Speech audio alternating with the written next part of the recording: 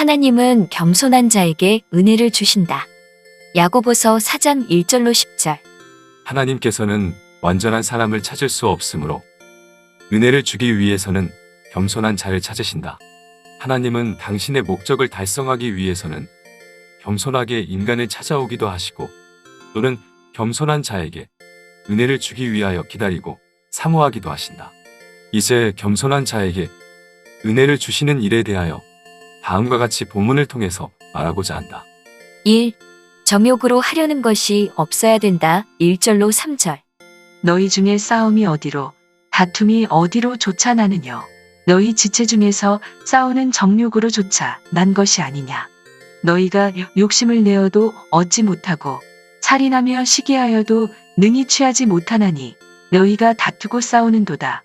너희가 얻지 못함은 구하지 아니하며 구하여도 받지 못함은 정욕으로 쓰려고 잘못 구함이니라.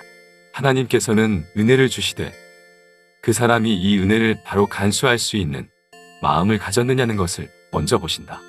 어떤 사람이 은혜를 받아서 자기의 욕망을 채우려는 것은 오히려 기도한다 하여도 하나님을 노엽게 하는 일이 된다.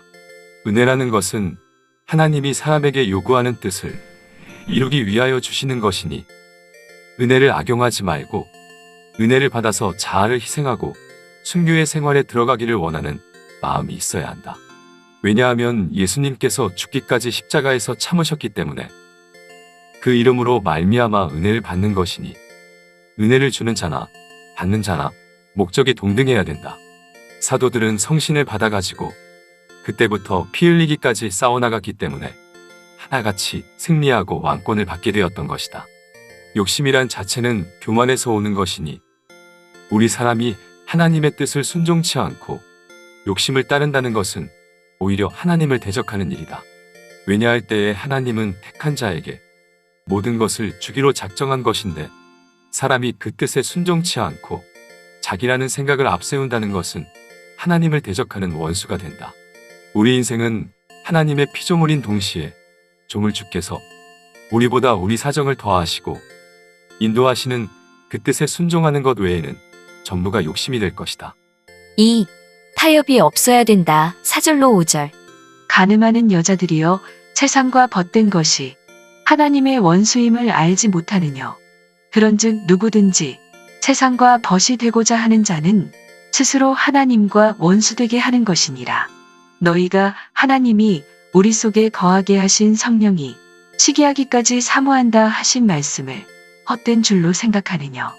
하나님의 심정은 더 큰 은혜를 주고 싶어하는 마음이 간절한 것인데 이 뜻을 따르지 않고 세상의 것을 바라본다면 자동적으로 성신을 대적하는 일이 된다.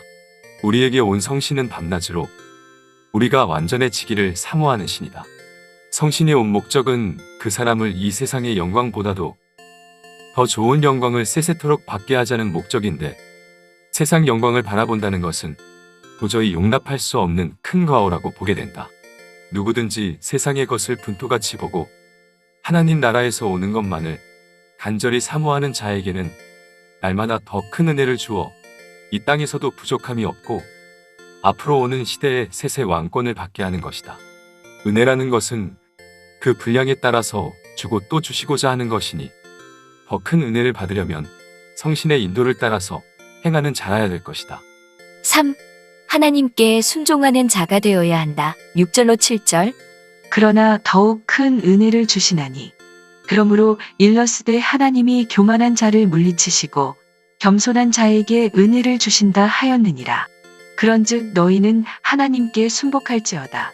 마귀를 대적하라. 그리하면 너희를 피하리라. 순종이라는 것은 은혜를 받은 자로서 아무리 마귀가 대적해도 마귀를 무서워 말고 마귀를 물리치면서 하나님을 순종하는 것을 절개라 하는 것이다. 예를 든다면 절개에 있는 신부가 신랑에게만 순종하기 위하여 다른 사람에게 절대로 마음이 끌리지 않는 것을 정절이라는 것이다. 이와 같이 아무리 간교한 마귀가 꿰어도 하와같이 끌리지 말고 담대히 물리치고 나갈 때 성령은 더 강하게 역사해 주신다. 성령의 인도라는 것은 마귀 시험이 없게 하는 것보다도 마귀를 대적하도록끔 하기 위하여 마귀 시험을 통과시키는 것이다. 누구든지 겸손하게 순종하는 자라면 모든 전부는 하나님께서 책임지고 역사해 주시는 것을 하나님의 진리의 역사라는 것이다. 진리라는 자체는 마귀를 대적해서 이기고 순종해야 된다는 것이 진리의 사랑이기 때문이다. 결론. 10절 주 앞에서 낮추라. 그리하면 주께서 너희를 높이시리라. 겸손한 자에게 은혜를 주시는 하나님께서 요구하는 것은 10절과 같이 항상 주 앞에서 자기를 낮추는 자를 높이고자 하는 것이다.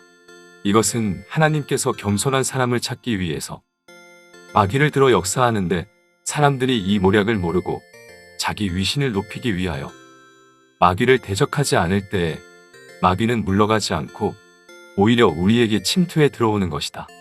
우리는 우리가 수치를 당하고 멸시를 받고 쫓겨남을 당한다 할지라도 자기의 이익을 생각지 않고 싸우는 자라야 자기를 낮추는 자라고 보게 된다. 누구든지 은혜를 받고도 자기가 불리하고 명예의 손실과 자기 위신이 폭로된다고 해서 회피한다는 것은 더 큰 은혜를 받을 수 없는 자라고 보게 된다. 그리스도께서 절대 부끄러워하지 않고 십자가에서 죽기까지 순종하셨으므로 큰 역사가 인류적으로 이루어진 것 같이 알세의 종도 원수를 무서워 말고 하나님의 뜻에만 순종하는 자라야 겸손한 자에게 주는 은혜를 더 강하게 받을 것이다. 아멘.